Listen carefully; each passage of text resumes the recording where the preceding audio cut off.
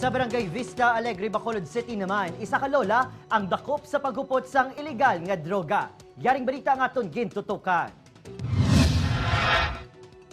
Sa edad ni 49 anyos, maniwang kag nabudlayan maginhawa si Nora Agsam. Masami ini nagakasalaan niya isa ka senior citizen bangod sa hapo nga nagapaluya sa iya. Yes, sir.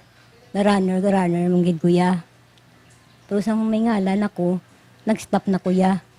Nangabuhi na lang kuya, nagkapi na lang ko sa amon. Gindalaan gani ini isang electric fan sa custodial facility subong sa Police Station 5 matapos nagreklamo nga nabudlayan ini maginhawa. Pero sa investigasyon sa kapulisan, isa sa mga balantayan ng drug personality si Agsam. Dugang pa sini, nakahibalong iyaban ng remedyo general sa operasyon.